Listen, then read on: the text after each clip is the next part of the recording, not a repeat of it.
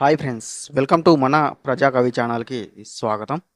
తింటే గారెలే తినాలి, వింటే భారతమే వినాలి అన్నది నాటి మాట. తింటే గారెలే తినాలి, వింటే వేమన గారి పద్యమే వినాలన్నది నేటి మాట.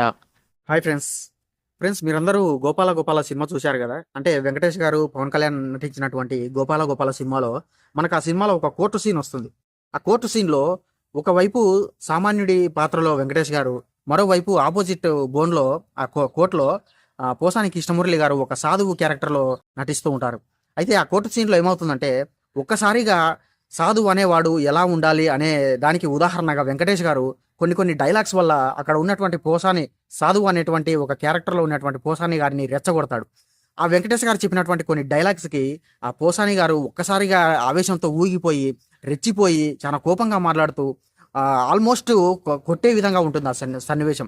సో ఆ సన్నివేశం ఎలా ఉంటుందంటే, రెచ్చగొట్టేటువంటి మాటలకు లేదంటే రెచ్చగొట్టేటువంటి సమాజం పోకడాలకు సాధువు అనేవాడు రెచ్చిపోకుండా ఎంతో శాంతంగా ఉండాలి అనే దానికి ఉదాహరణగా ఆ సీన్ క్రియేట్ చేయడం జరిగింది. కానీ వెంటనే అలా ఎప్పుడైతే వెంకటేష్ గారిని ఆల్మోస్ట్ కొట్టే దశకు చేరుకుంటాడు కానీ మురళి గారు, అప్పుడు వెంకటేష్ గారు భగవద్గీతలోని ఒక శ్లోకం చెప్పి, ఆ శ్లోకానికి భావంగా సుఖదుఖాల్లో ఒకేలా ఉంటూ ఆ కోరికలను, కోపాన్ని జయించి ఇక్కడ ఉన్నటువంటి ప్రతి జీవిలోనూ పరమాత్మను చూసిన వాడే సాధువు అవుతాడని చెప్పి చాలా అద్భుతంగా చెప్తాడు. సో ఈ సన్నివేశం మనకి ఏం తెలుపుతుందంటే, ఎవరైతే సాధు మార్గంలో ఉంటారో, ఎవరైతే యోగ మార్గంలో ఉంటారో అటువంటి వారు ఎటువంటి పరిస్థితులైనా సరే ఎంతో ఓర్పుగా, ఎంతో సహనంతో, ఎంతో ప్రశాంతమైనటువంటి జీవితం గడుపుతూ ఉండాలి అని చెప్పి ఈ సన్నివేశం మనకు అద్భుతంగా చెప్తుంది. సో ఇది ఫ్రెండ్స్, విన్నారు కదా. యోగి అనేవారు లేదంటే ఒక సాధువుగా ఉండేవారు వారి యోగ మార్గంలో, సాధు మార్గంలో చాలా ఎంతో ఓపికగా, ఎంతో సహనంతో ఉండాలి. అలా కాదని చెప్పి సమాజం నుండి వచ్చేటువంటి కొన్ని కొన్ని మాటలకు మనం రెచ్చిపోయి లేదంటే ఆవేశంతో ఊగిపోయి వారిని కొట్టడానికి. సో ఇటువంటి సందర్భాలు, అంటే ఇంత ఆవేశపూరితమైనటువంటి సందర్భాలు వచ్చినప్పుడు సాధువు అనేవారు లేదంటే యోగులు అనేవారు ఎంతో ఓపికగా వ్యవహరించాలి. అలా కాదని చెప్పి ఇటువంటి సమాజం నుండి వచ్చేటువంటి మాటలకు మనకు తిరగబడి వెంటనే ఆవేశపడి వారిని కొట్టడానికో లేదంటే వారిని దూషించే విధంగా మనము అవతల వారిలాగే మనం కూడా బిహేవ్ చేస్తే ఇక సాధువు, యోగులకు లేదంటే ఒక సామాన్య మానవుడికి పెద్ద వ్యత్యాసమే ఉండదు. ఎందుకంటే ఇటువంటి మాటలు సమాజం నుండి మనం ఒక సాధన మార్గంలో, ఒక సాధువు మార్గంలో, ఒక యోగ మార్గంలో ఉన్నప్పుడు ఇటువంటివి సాధారణమే. ఎందుకంటే ఏది పరీక్ష లేనిది ఏది రాదు కదా. సో మనం అటువంటి మార్గాన్ని ఎంతో ప్రశాంతతకు లేదంటే ఎంతో ఓర్పు, సహనానికి ఉదాహరణగా చెప్పుకునేటువంటి సాధు జీవితంలో ఎన్నో సమాజం నుండి ఎన్నో ఆవేశపూరితమైనటువంటి సంఘటనలు లేదంటే అటువంటి మాటలు అవన్నీ కూడా ఎదురవుతూ ఉంటాయి. సో వాటి అన్నింటినీ కూడా ఈ యొక్క మార్గంలో మనం ఒక పరీక్షగా భావించి ఎంతో సహనంతో, ఓర్పుతో ఉండాలి. అలా కాదని చెప్పి సామాన్య మానవుడు మనల్ని రెచ్చగొట్టగానే మనం వెంటనే రెచ్చిపోయి వారిని మనం ఆవేశంతో దూషిస్తూ ఇలా మాట్లాడితే మనం ఇన్నాళ్ళు చేసినటువంటి సాధనకు లేదంటే ఇన్నాళ్ళు పొందినటువంటి యోగానికి అర్థమే లేకుండా మొత్తం కూడా విఫలమవుతుంది. సో ఒక సాధువు జీవితం జీవించాలి లేదంటే ఒక యోగ మార్గంలో ఉన్నటువంటి వ్యక్తి ఎంతో ఓపికగా, ఎంతో సహనంతో ఉండాలి. సో ఈరోజు వీడియోలో మనం ఒక సాధువు జీవితం గడిపేవారు లేదంటే ఒక యోగ మార్గంలో వెళ్ళేవాళ్ళు పొరపాటున సమాజం నుండి ఎప్పుడైనా మీరు కోపానికి గురయ్యేటువంటి, ఆవేశానికి గురయ్యేటువంటి మాటలు కానీ లేదంటే అటువంటి సందర్భాలు వచ్చినప్పుడు ఒక యోగి అనేవాడు, ఒక సాధువు అనేవాడు ఏ విధంగా వ్యవహరించాలి, ఏ విధంగా తమ కోపాన్ని, ఆవేశాన్ని తమలోనే అణిచివేయాలి అనే విషయాన్ని ఈ వీడియోలో యోగి వేమన గారు చెప్పినటువంటి ఒక చక్కటి పద్యం ద్వారా తెలుసుకుందాం. అనయమీసు మాపి అనలంబు చల్లార్చి కోచి బిగియన్ గట్టి కోపమడచి ఆశ విడిచనేని అతడుదా యోగిరా విశ్వదాభిరామ వినురవేమ. అంటే ఫ్రెండ్స్ ఇక్కడ చూడండి, అనయ్యమీసు మాపి అనలంబు చల్లార్చి అంటే అనయము అంటే మన యొక్క దేహానికి ప్రమాదకరమైనటువంటి విషయాలు. అనయము అంటే ప్రమాదకరమైనటువంటిది. మీసు అంటే ఈడ్ష్య, అసూయ. ఈ ఈడ్ష్య, అసూయ అనేటివి మన శరీరానికి ఎప్పటికైనా సరే ఈ యొక్క దేహానికి ప్రమాదకరమైనటివే కదా. సో అందుకే మీసు మాపి ఆ రెండింటిని, అంటే మన దేహానికి ప్రమాదకరమైనటువంటి ఈ యొక్క ఈడ్ష్య, అసూయలను మాపి అంటే దూరం చేయండి, దరికి రానియకండి, తుడిచిపెట్టండి అని చెప్పి దాని భావం. అదేవిధంగా అనలంబు చల్లార్చి అన్నాడు. అనలంబు అంటే అగ్ని, ఆవేశము. అంటే మనలో ఉండేటువంటి అగ్నితత్వమే ఆవేశంగా ఒక్కొక్కసారి బయటకు వస్తూ ఉంటుంది. అది ఎప్పుడు బయటకు వస్తుంది? సమాజం నుండి మనల్ని ఎవరైనా రెచ్చగొట్టినప్పుడు లేదంటే మనల్ని ఎవరైనా దూషించినప్పుడు, ఎవరైనా మనల్ని ఎగతాళి చేసినప్పుడు. సో ఇటువంటి సందర్భాల్లో ఏంటంటే మనలో ఉన్నటువంటి అగ్నితత్వము అన్నది ఆవేశ రూపంలో బయటకు వస్తుంది. సో ఎవరైతే ఈ సాధువు జీవితంలో ఉన్నారో, సాధువు జీవితాన్ని గడుపుతున్నారో, ఎవరైతే యోగ మార్గంలో నడుస్తున్నారో అటువంటి వారు మీకు ఎప్పుడైనా సరే ఈ యొక్క సమాజం నుండి ఎగతాళి చేసే విధంగా లేదంటే దూషణలు లేదంటే ఎవరైనా రెచ్చగొట్టే విధంగా మాట్లాడినప్పుడు మీలో ఉన్నటువంటి ఆ అగ్నితత్వాన్ని, ఆ ఆవేశాన్ని లోనే చల్లార్చండి అని చెప్తున్నాడు. ఎందుకు చెప్తున్నాడో చూడండి. ఇక్కడ మనం గ్రహించాలి. ఎప్పుడైతే అగ్నితత్వం అనేది ఆవేశంగా మారుతుందో అది ఖచ్చితంగా బయటకు వచ్చిందంటే దేన్నో ఒకదాన్ని అది నాశనం చేస్తుంది ఖచ్చితంగా. మీరు చూడండి, ఒక్కసారి మనము లోనే అణిచివేసినంత వరకే అది లోనే ఉంటుంది. వన్స్ మనల్ని కాదని చెప్పి ఆవేశం కనుక బయటకు వస్తే దేన్నో దాన్ని దహించి వేస్తుంది. అంటే అది మనకు నష్టము కావచ్చు, ఎదుటి వారికి నష్టము కలిగించవచ్చు. మీకు ఇంకా అర్థమయ్యే విధంగా చెప్పాలంటే, మీరు ఒక అగ్గిపెట్టెని తీసుకొని ఒక అగ్గిపుల్లను వెలిగించండి. అది వెలిగించగానే వెంటనే ఆ అగ్గిపుల్ల నుండి మనకు ఆ మంట అనేది వస్తుంది. మనం ఏమనుకుంటాం, అబ్బా అగ్గిపుల్ల భలే వెలిగించామే, మంట అద్భుతంగా వస్తుందని అనుకుంటాం. అంటే మనం ఎప్పుడైనా దీపాన్ని వెలిగించాలన్నా, లేదంటే ఒక సిగరెట్ వెలిగించాలన్నా, లేదంటే ఇంకోటి చేయాలన్నా కూడా మనం వెంటనే అగ్గిపెట్టెని తీసుకొని అందులో పుల్లని వెలిగిస్తాం ఫస్ట్. మనం ఏమనుకుంటాం, అబ్బా చాలా అద్భుతంగా వెలిగించామే, మంట చూడు ఎంత బాగా వస్తుందో అనేది ఒక్కటే చూస్తాం. అక్కడ అగ్గిపుల్ల నుండి వచ్చేటువంటి మంటను మాత్రమే చూస్తాం మనం. కానీ అక్కడ మనం గమనించాల్సింది అంటే, ఎప్పుడైతే నిప్పు రాజేస్తామో, ఎప్పుడైతే ఆ మంట అనేది వెలిగిందో అది వెంటనే ఆ అగ్గిపుల్లను దహించి వేయడం మనం గమనించాలి. అంతే కదా. అది మనము ఎప్పుడైతే అగ్ని అన్నది ఆవేశం, అగ్ని రూపంలో ఉన్నటువంటి ఆవేశం బయటికి వస్తే ఏ విధంగా అయితే దేన్నో దాన్ని నాశనం చేస్తుందో, అదే విధంగా అగ్గి పెట్టేది లోపల దాగి ఉన్నటువంటి ఒక అగ్ని అన్నది బయటికి రాగానే వెంటనే మనం తీసుకున్నటువంటి అగ్గిపుల్లను దహించి వేస్తుంది. అది గమనించాలి. ఫస్ట్ అగ్గిపుల్లను దహించి వేసిన తర్వాతే మనకు వెలుగు వస్తుంది తప్ప అగ్గిపుల్లను అలానే ఉంచి మనకు వెలుగు రావాలంటే కష్టం. అంటే అగ్ని అన్నది బయటికి వస్తే దేన్నో ఒక దాన్ని దహించి వేస్తుంది అనేటువంటి విషయం మనం ఇక్కడ గ్రహించాల్సినటువంటి విషయం. సో ఈ విధంగా ఎప్పుడైతే ఒక అగ్గిపుల్లను వెలిగించగానే అగ్ని అన్నది ఫస్ట్ అగ్గిపుల్లని దహించి వేస్తుందో, అదే విధంగా మనలో ఉన్నటువంటి ఈ ఆవేశము, ఈ అగ్నితత్వం అన్నది ఆవేశం అనేటువంటి రూపంలో బయటికి వస్తే ఫస్ట్ దహించేది మనల్నే. అందుకే తన కోపమే తన శత్రువు అనేటువంటి సామెత మనకు గుర్తు రావాలి. మనలో ఉన్నటువంటి శత్రువు ఎవరు? మన ఆవేశమే. మన ఆవేశమే మనల్ని దహించి వేస్తుంది అనేటువంటి విషయము అగ్గిపుల్ల అన్నది మనకు చాలా చక్కగా ఉదాహరణగా చెప్తూ ఉంటుంది. అంతే కదా ఫ్రెండ్స్. ఎప్పుడైతే మనం ఒక అగ్గిపుల్లను వెలిగిస్తామో ఫస్ట్ అగ్గిపుల్ల దహించబడుతుంది. అదేవిధంగా మనం ఎప్పుడైతే కోపంతో ఊగిపోయి ఆవేశంతో ఆ కోపాన్ని అణచివేయలేక మన ఆవేశం బయటకు వస్తుందో ముందు మనల్ని దహించి వేస్తుంది.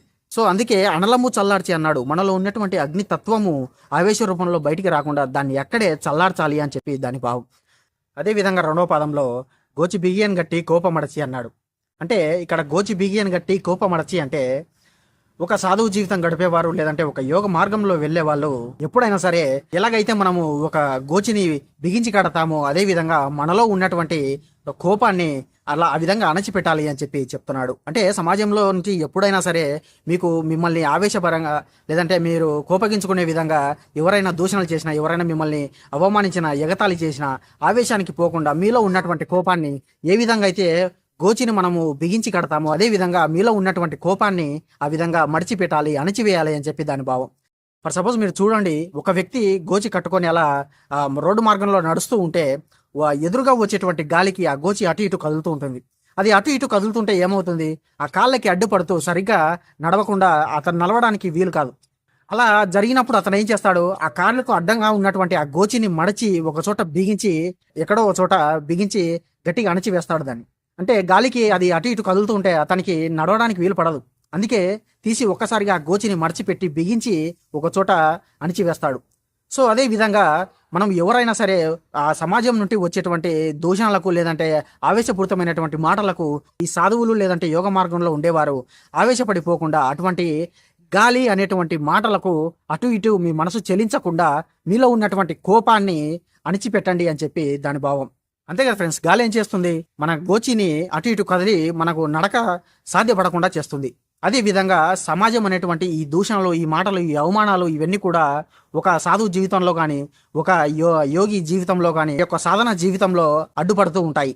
సో అటువంటి మాటలు వచ్చినప్పుడు గోచిని ఏ విధంగా అయితే బిగించి కడతామో అదే విధంగా ఆ సాధకులు లేదంటే యోగులు తమ కోపాన్ని అదే విధంగా అణిచిపెట్టి ఒక చోట పెడితే గనక ఈ యొక్క దూషణలకు లేదంటే కోపానికి, సో యొక్క మాటలకు మీరు గురవ్వకుండా ఉంటారు అని చెప్పి చెప్తున్నాడు. అదే విధంగా మూడవ పాదంలో ఆశ విడిచనేని అతడుదా యోగిరా విశ్వదాభిరామ వినురవేమ అన్నాడు. ఇక్కడ ఆశ విడిచనేని అతడుదా యోగిరా అంటే ఎవరైతే తమ జీవితంలో దేనిని ఆశించకుండా జీవిస్తూ ఉంటారో అటువంటి వారు యోగిగా పరిగణించబడతారు అని చెప్పి దాని భావం. అంటే మీరు చూడండి, ఒక సామాన్య మానవుడిగా మనం దేనినైనా కోరుకున్నప్పుడు దానిపై మనకు ఆశ కలుగుతుంది. మనము దేనినైతే ఆశిస్తామో, ఏదైతే మనకు దక్కుతుంది, ఏదైతే మనము సాధిస్తాము అనేటువంటి ఆశ మనకు కలుగుతుందో, మనము ఆశించినది మనకు దక్కనప్పుడు లేదంటే ఎదుటి వారికి దక్కినప్పుడు మనకు ఈర్ష్య, అసూయ అనేటివి కలుగుతూ ఉంటాయి. అదేవిధంగా మనము దేనినైతే ఆశిస్తామో దానిని ఎదుటివారు దొంగిలించినప్పుడు లేదంటే ఎదుటివారు తస్కరించినప్పుడు మన నుంచి లాక్కున్నప్పుడు మనకు ఆవేశం కోపం అన్నవి మనలో ఉత్పన్నం అవుతాయి. అంతే కదా. మనకు కోపం అవి కూడా ఎందుకు కలుగుతుంది, మనము దానిని ఆశించడం వల్ల మనకు కోపం కలుగుతుంది. అదే గనక మనం దేనిని ఆశించకుండా ఏదైతే అది అయిందిలే, మనం ఉన్నటువంటి జీవితాన్ని మనం గడిపేస్తే చాలే అనుకుంటే అది యోగి లక్షణము, అది ఒక సాధువు లక్షణం. అంతేగాని ఎదుటివారు మన నుండి లాక్కున్నప్పుడు మనం ఆశపడము, లేదంటే ఎదుటివారికి అయ్యో నేను దక్కించుకోవాలి, లేదంటే నేను ఆశపడ్డది ఎదుటివారికి దొరికిందే అని చెప్పి మా ఇతరులపై ఈర్ష్య అసూయ పడితే అది మనకే ముప్పు అవుతుంది. సో ఈ ఈ యొక్క లక్షణం అన్నది ముఖ్యంగా సాధువులకు యోగులకు ఖచ్చితంగా ఉండాలి అని చెప్పి చెప్తున్నాడు. అదేవిధంగా దేనిని ఆశించని వాడు మాత్రమే యోగిగా పరిగణించబడతాడు అని చెప్పి దీని భావం. అంతే కదా ఫ్రెండ్స్.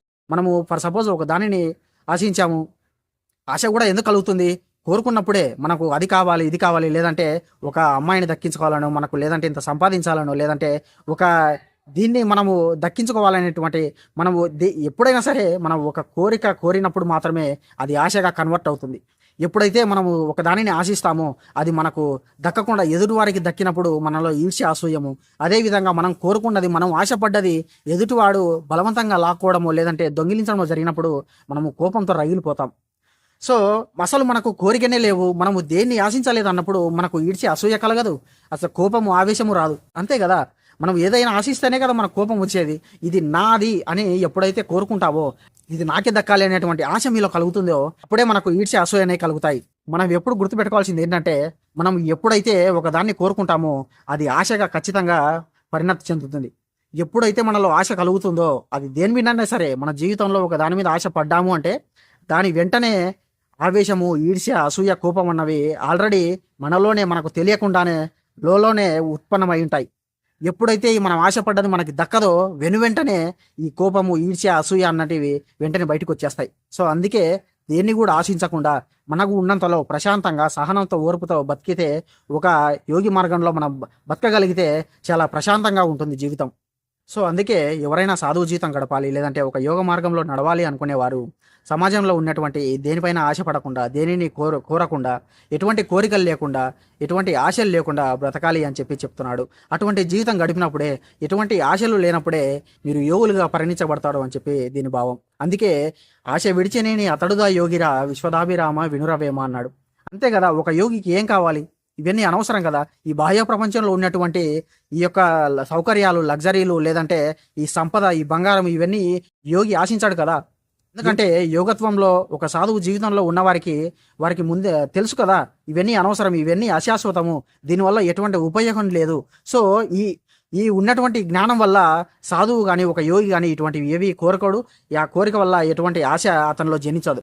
ఒకవేళ ఆ విధంగా జనించింది అంటే ఖచ్చితంగా దాని వెంటే ఈర్ష్య, అసూయ, కోపము ఇవన్నీ కూడా జనిస్తాయి అతనిలో.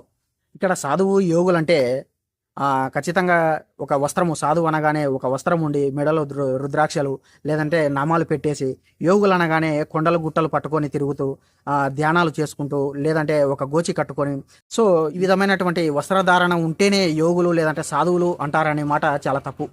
సమాజంలోనే ఉంటూ ఒక సామాన్యమైనటువంటి జీవితం గడుపుతూ ఏదో తనకు వచ్చినటువంటి పని చేసుకుంటూ, సమయాన్ని వృధా చేసుకోకుండా ఏదో ఒక పని చేసుకుంటూ, కాలయాపన చేయకుండా, అంటే సమాజంలో ఉన్నటువంటి సౌకర్యాలపైన లేదంటే దేనిని ఆశించకుండా, సింపుల్గా చెప్పాలంటే ఒక సామాన్య జీవితం గడుపుతూనే ఒక చిన్న ఏదో తనకు వచ్చినటువంటి పని చేసుకుంటూనే, ఎక్కువగా ఆశించకుండా, దేనిని కోరుకోకుండా, ఎటువంటి ఆశలు కోరికలు లేకుండా ఒక సామాన్యమైనటువంటి జీవితం గడిపేవాడు కూడా యోగిగా పరిగణించబడతాడు అని చెప్పి దీని భావం. అందుకే ఆశ విడిచినేని అతడుదా యోగిరా అన్నాడు. అంతే కదా. ఆశను విడిచిపెట్టేస్తే ఏముంది, అంతకు మించిన యోగత్వం ఏముంటుంది. ఆశ పడితే దాని వెంటనే ఆవేశాలు, ఈర్ష్య, అసూయ, కోపాలు, ఆవేశాలు అన్నీ వస్తాయి. అదే కనుక ఎటువంటి ఆశ, ఎటువంటి కోరిక లేకపోతే నిన్ను మించిన సాధువు ఎవడుంటాడు, నిన్ను మించిన యోగి ఎవరుంటారు. అదే కదా ఇప్పుడు చెప్తున్నది. అందుకే జీవితం అంటే యోగులు అనగానే ఇంకా కొండల్లోకే వెళ్ళాలి, లేదంటే ఎక్కడికో వెళ్ళి ధ్యానాలు చేసుకోవాలి, అడవుల్లోకే వెళ్ళిపోవాలి, ఒక కాషాయ వస్త్రమే కప్పాలి, లేదంటే ఒక ఆశ్రమంలోనే ఉండాలి, ఇదంతా నియమాలు అనేటివి ఏమి ఉండవు. ఒక కుటుంబంలోనే ఉంటూ ఒక నియమ నిబద్ధతలతో ఎటువంటి కోరికల ఆశలు లేకుండా ఒక సాధారణమైనటువంటి జీవితం గడిపేవాడు కూడా ఒక యోగిగా, ఒక సాధువుగా బతకవచ్చు. సో ఇది ఫ్రెండ్స్, విన్నారు కదా. ఒక యోగ మార్గంలో లేదంటే ఒక సాధువు జీవితం గడపాలి అనేటువంటి వారు ఏ విధంగా ఉండాలి, ఏ విధంగా తమ కోపాలని ఆవేశాలని అణిచివేసుకోవాలి అనేటువంటి విషయాన్ని యోగి వేమన గారు చెప్పినటువంటి ఒక చక్కటి పద్యం ద్వారా విన్నారు కదా. సో ఇది ఫ్రెండ్స్, మరో వీడియోలో మరో పద్యంతో మళ్ళీ కలుద్దాం. అంతవరకు సెలవు. Keep watching. వేదాతీతుడు వేమనరా వేమన పలుకే వేదమురా.